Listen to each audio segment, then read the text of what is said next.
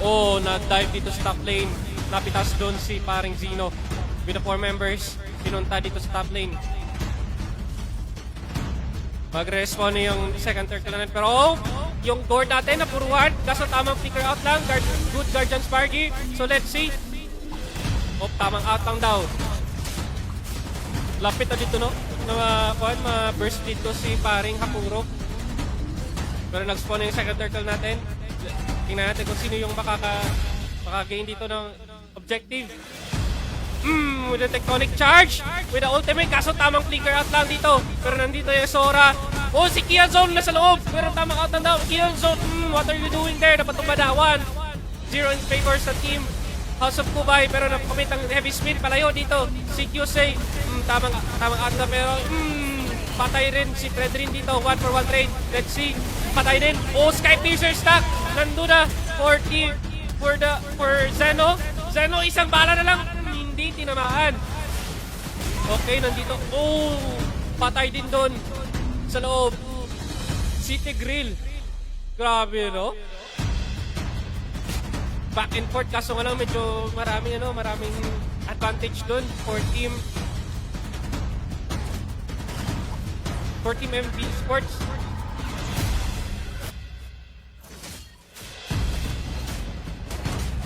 Okay, nandito na yung dalawang koponan sa turtle natin.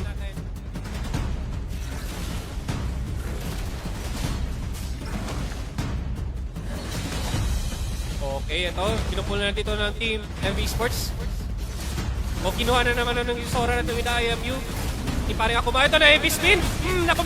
Secure dito ng team MV Sports. Pero kinasahan lahat ng skills. Pero walang with the combo dito with Team House of Kubay. Asan yung damage? Pero nakalipad pa dito yung 1-1. Nakalipad yung 1-1 with a 1 kill. Pero 1-1, dalawang kill. Triple kill na dito by 1-1. Apat yung natumba dito for Team House of Kubay. At parang masasama pa dito with a maniac ni Kianzone. What an outplay dito, no? By Kianzone, no? Ara saya sa tunga pero nakastack na siya para sa crossbow of Tang, no? Grabe, wipe out for Team MV Esports. Grabe, no? 4-12 scoreline. 5K gold na kalamangan dito for MV Sports. Namin dito taning set sa Tigre. Kaso walang damage na follow up. Tapos naka-react pa dito ang Team MV Sports. So napakasayang. Oh, dito sa bot lane, hinila dito si paring Rock pero bato ni siya. Hindi siya ultimate bato na kay bato.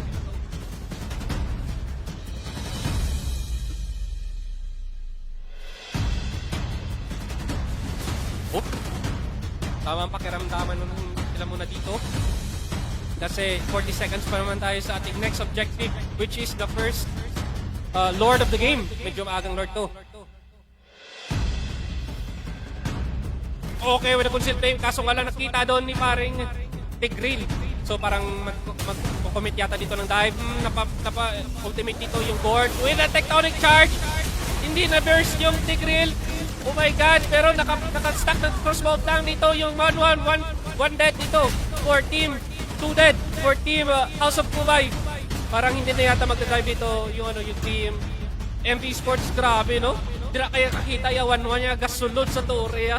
Makastack sa crossbow lang. Ginakomit na niya yun. Niya ultimate. Pero parang napabayan na konti dito yung Ranger. So, nandito na tayo. First Lord, nag-respawn na sa ating game. Dominating macro game dito for Team MV Sports. Basta may ma-burst sila kay synchronize na nila CC.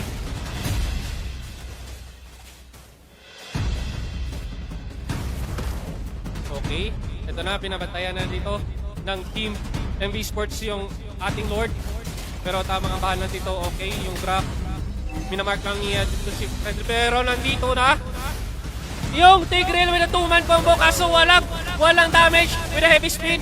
Pangkulaga dito. Pero si Fredrin naburuhan 1-0 dito sa MV Sports. Parang mapupuran din dito yung si Pare Sora. Napakomit dito ng kanyang powerful match. Pero eto, dalawang deaths na dito for Team House of Kubay. Sama mo rin dito si paring Valir. Oh my god, what a disastrous clash doon for Team House of Kubay. Grabe na pag-capitalize dito sa sa Team MB Sports, no? Basta may ma-lockdown niya ang crack buya na yun sang kami-kamiha na yun ang ato ni Gord. Banda si Gasig lang niya cooldown niya sa iyang ultimate subong. Okay, parang hinihintay na lang yata ng Team MB Sports. Dito yung Lord nagmamarch. Oh, ito na naman. Tectonic Charge. Fredrin, makakawala pa ba? Ayun, hindi na. Wait, dito nagmasok dito yung Sora. Pero para siya pa rin yung papupuruhan. Yung 1-1 nagsastack lang para sa crossbow of Dang. Dito, apat na membro na yung nawala. Dito sa Team House of Kubay. Oh my God! What a disaster! Hindi pa nga nakapush yung Lord at nabura na naman sila dito sa ating game number 1. Oh my God, grabe yung kinapakita nga synchronization sa CC sa aton Team MB Sports. Pagkalumpat niya, ginakommit na yun sa ang Gord! Oh my God! Bahala ko na agoy, sir! Ginakommit na nila din ang SS malaway niya duda-duha niya pagduha yan. Okay, yung Lord, hindi pa nakapasok ha, yung Lord. Pero grabe nga kapangatok na. Dito, 2-man Tectonic Charge. Let's see kung kapatay pa. Dito yung 1-1 naka-crossbow down pero isa lang yung namatay. Pero pumasok doon si paring Tigrel pero siya lang yung nandun. Patay silang dalawa ni Sora. Tatlong casualty dito for Team House of Kubay. Grabe domination dito by Team MB Sports. At yun, isang torre na lang yung natitira dito, inner turret para sa ating House of Kubay. And double na ba? And double! Patay doon si Valir. Pero yung creep wave hindi pa rin nakiklear. Parang tamang pre-hit. Patay dito si paring Fredrin. Okay, tamang heavy spin kasi gusto nilang i-end. Attack daw pero nasisili ni Grill. Patay sila. Oh my God, hindi pa tapos yung boxing. Kasi, so yung minion nasa base. At game number 1. Nandun yung minion. Game number 1 in favor to MB Sports. Congratulations, no? Gord, MVP for this match. Grabe ang Gord, no? Gaspam lang niya sa ultimate. Kami-kami alang bisa na ilayo. Grabe. Congratulations Team MB Sports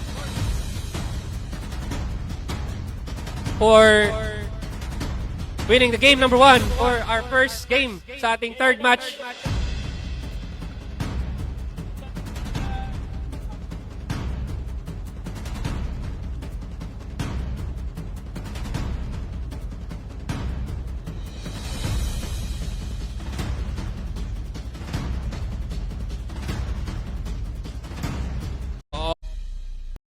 Okay, game number 1. Grabe, no? Okay. MVE Sports 1-0 in favor of House of Kubay. Kubay. Grabe, kaya kita ya. Abi ko defendable pa kaso may creeps. Merong creeps na natira at nagpa-end sa ating game number 1 na agad-agad, no? First Lord pa lang, no?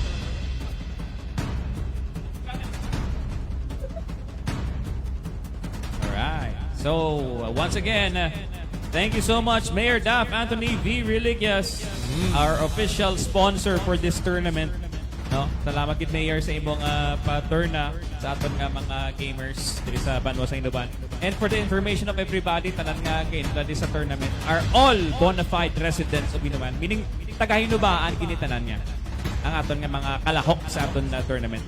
And also, we would like to take this opportunity para pasalamatan man ang venue sponsor natin, which is the Seaside Bistro. Madamog salamat si they will begin our draft out. The streak Jesus kamo. Tangina naman. Delpan. Thank you so much. John Lloyd Tejana. Sa atong mga viewers. Thank you so much padayon nga pagsuporta pagtanaw sa atong third MDVR MLBB tournament. Bisan ara kamo sa layo no pero katanaw kamo pa virtually no. So sa mga gusto maglagaw, open kita diri subong sa may bantay dagat, subong sa may bantay dagat. Subong sa may bantay dagat. Situated sa ano sa seaside bistro kami subong naga Kari. ISS is up.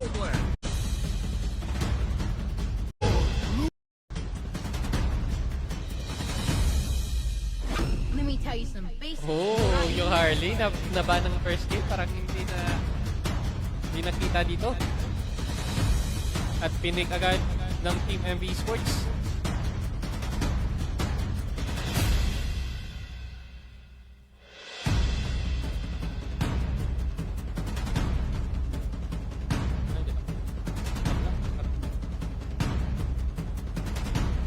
Last pick sa first space ng ating draft for Team House of Kubay.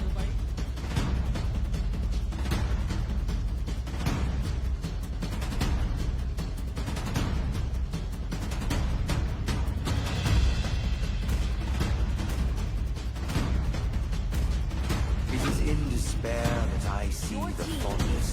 Nathan for House of Kubay. Shout out sa 82 live viewers. Bago nagadamon kasi kung sa ating live out.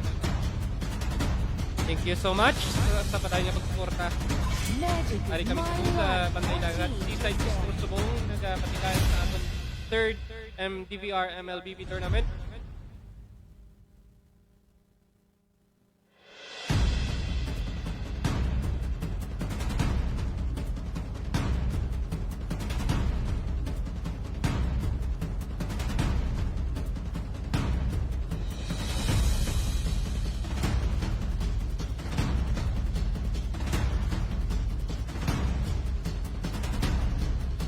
Ano kayo magiging bandit ng Team MV Sports?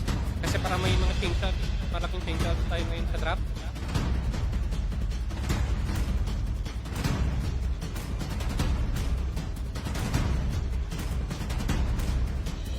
See value in me? Ito Fredrin, parang sino nila gusto nung nung makakita ng mga utility junglers. Parang change out talaga to sa draft natin.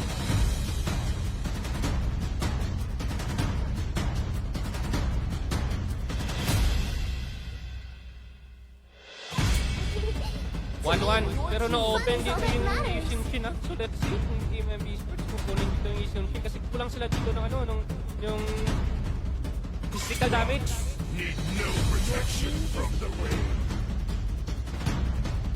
Sand rises when I Okay, give the Khalid, word. for the wrong position dito by House of Kubay. Ano kayo may sagot ng Team MV Sports? Kulang sila dito ng marksman. Kulang din ng wrong position. They call At yun nga, yung Yusunshin na sinabi save my natin. nation from falling apart. Kinuha na dito ng Team MV Sports. Ano kayo magiging roam nila? Open naman yung, di ba? Ayun, drop nga, ayun, kinuha nila. Last pick drop. Dalawang power picks sa ngayong patch natin. Pero, Barats! Paiba yung yung drop natin for game number 2, no?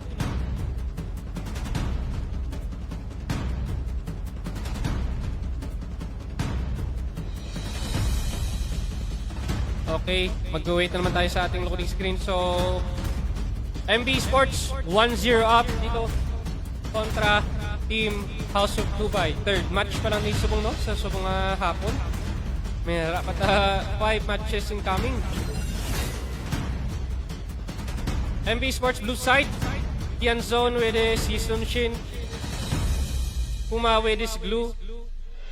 Akuro sa kanyang Zushin, Kyusei sa kanyang Harley, at Grak ni Ken sa ating red side.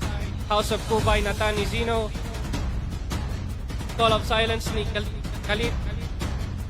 Lorraine sa kanyang Parsa, Barats ni Erebus Astro, at Rick sa kanyang Lapu-Lapu. Welcome to Mobile Legends. Okay, nandito tayo on the ball game. With a cute Patrick Star, oh. Smash them. All troops deployed.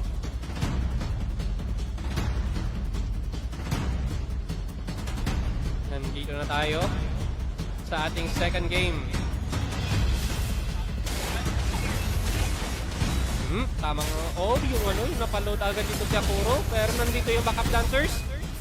Tamang ano lang to, tamang pakiramdaman lang sa mid lane.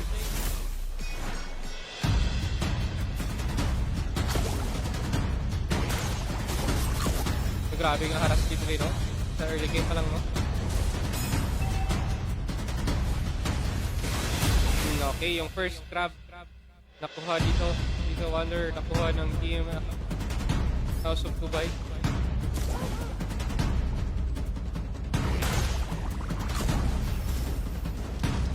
Pero alam nila nun, hard.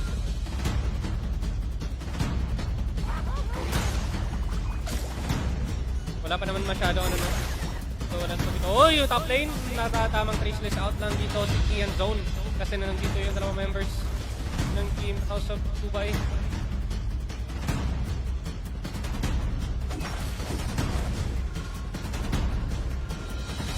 Okay, 25 seconds sa ating first turtle of the game, first objective. Parang merong invade na mangyayari dito. Harley, pagkuha pa. Nakuha dito yung glitch. Pero okay, merong ambahan dito sa river area natin. Pero Hakuro, makakatakbo. Oh my God, Hakuro, kaso napaangat pa. Oh my God, dalawang members. Pero may isang bawi. Pero kinagat dito, arp dito, chicken, kaso lumabas. Pero yung Barats, mag-isa na lang at napatumba. 3-for-1 trade. Before sa first turtle natin na, oh, very base pattern in. Gusto niya pumasok kasi malaki na siya. Oh, nag-grow up na siya as player. Pero walang tinamaan at yun, sumakay na doon. Yung glue at napuruhan pa doon si Rick. 4-1 scoreline. At yun, on the top lane, solo kill, off-cam kill doon by paring Kian Zone with his, with his Yison Shin. Grabe din advantage for Team MB Esports. Grabe, first turtle secured. Wow, grabe nga mga kumbong-kumbo, no? In-capitalize git sa MB Esports sa mga gamay nga misplace ang Team House of Dubai, no? Grabe git sila mag-punish sa mga overextension. Okay, yung bot lane, parang mayroong palagbagan sa bot lane. So, tamang katang daw. Oh, yung Patrick Star. Oh, napastock pero wala na.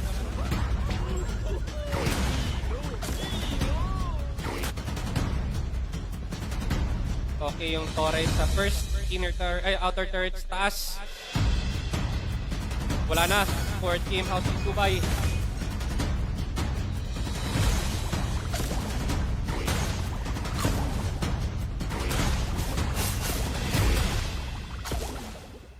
Malayo pa naman turtle pero tamang farm lang daw muna. Pakiramdaman lang. Gusto bumawi dito ng House of Dubai. Gusto nila bumawi sa game kasi 3k gold. Oh, tectonic charge sa dalawa pero asan yung follow up? Andon, kinain ng Barats yung isa pero wala siyang kasama doon at yun napatumba. O ito si Harley. Barca, what are you doing? Goodbye and thank you. Oh, buhay pa! Oh my God! Akala natin isang one hit kaso na buhay pero off-cam kill doon sa taas si pareng Kian Zone. Napuruhan doon with a 2v1, no? Oh, with a Guardian's Barrier. Off-cam kill doon kay pareng Ken. Oh, grabe, inabutan pa, no? Na-kill pa doon. Magandang trade na sana kaso may balik doon. Yung MB Esports, alam nila na nandun nag-teleport yung si paring kasi pagka clear sang wave dito siya nagkato pero lapo-lapo Blameless Fighter out para lang makawala pero napataas pero ito si Patrick Star tamang flicker out lang. Okay, ito na yung second turtle, wala na burn yung mga flickers dito so ma-maximize ng Team MB Esports na kunin nila dito yung turtle kasi parang walang magko-contest. Okay, merong play dito. Tama pakiramdaman lang. Oh, yung si Paring Khalid. Oh, Barca, buhay pa. Pero si Paring Khalid naiwan doon sa tatlo. Pero nandito yung ibang members. Napa-out lang dito.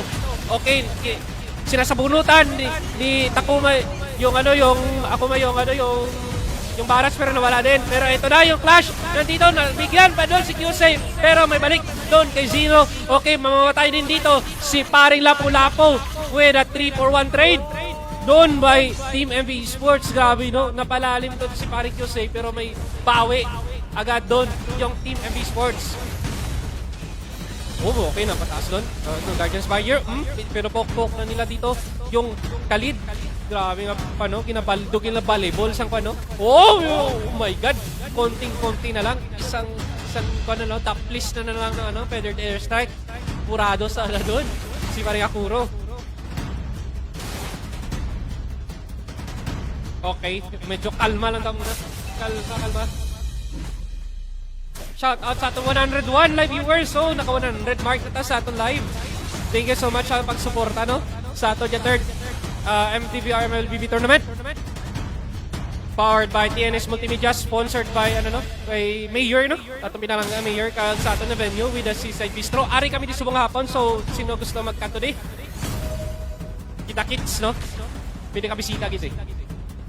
Okay, 25 seconds sa ating next turtle, sa ating last turtle of the game. Merong play dito sa taas. Oh, Harley! Zero! Wala kang flicker pero mapapatay ba? Pero naka-regen! Buhay pa!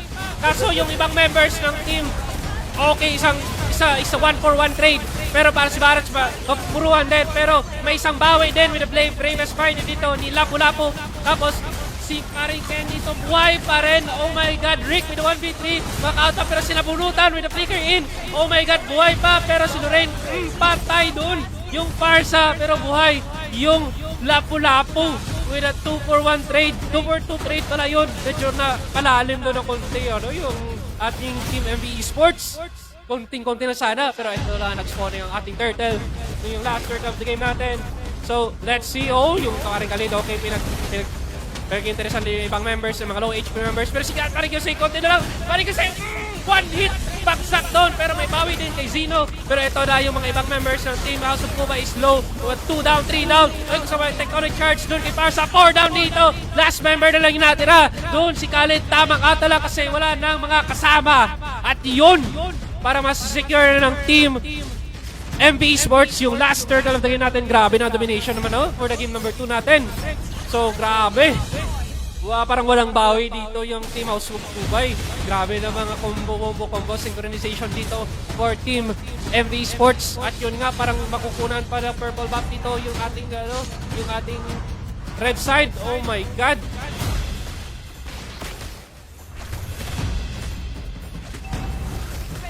Okay, yung bottom turret sa baba. Last outer turret is nawasak na ng Team MV Sports. Pero stop play, parang interesan dito ng 2 members. Pero tamang out na muna kasi wala silang kasama doon.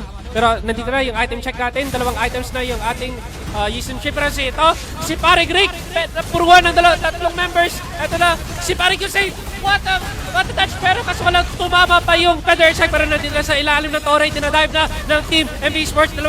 Dalawang members ng Team House of Kubay, pero merong bawi, 2 din kasi nasa torre sila. Pero Barat takbo, oh my god, napuruan din si paring Barat doon. 3-for-2 trade doon for Team MV Sports. Sabi natin maka-equalize, no? Pero the overextend ang team MV Sports kung konti doon. Pero ito na yung Lord, parang inuna na, pero si paring wala pang jungler, pero ito na, kaka-respawn na ng ating jungler. So let's see, Team House of Kubay, gusto ba nilang mag-contest dito? Kasi napakalugi sila. Mga 6k gold lead, 6.5k gold lead yung Kalamangan. Okay, nandito yung Lord, parang binigay na lang dito ng Team House of Kubay. Pero ito, si paring Khalid na pataas. Wow, grabe, no? Mga TPP ka ginuha na, no? Okay, paring Khalid, anong ginagawa mo dyan? What are you doing? Pero si paring Lorraine, isang one hit. Boom! Patay doon. 2 members ng House of Kubay na wala. Napag-flicker out din si paring Zeno, pero yung Lapu-Lapu is natira doon sa ibang members ng Team MV Sports. Pero tamang flicker out lahat ng member doon na natira sa Team House of Kubay. Grabe na mga payong pick-off sa Team MV Sports.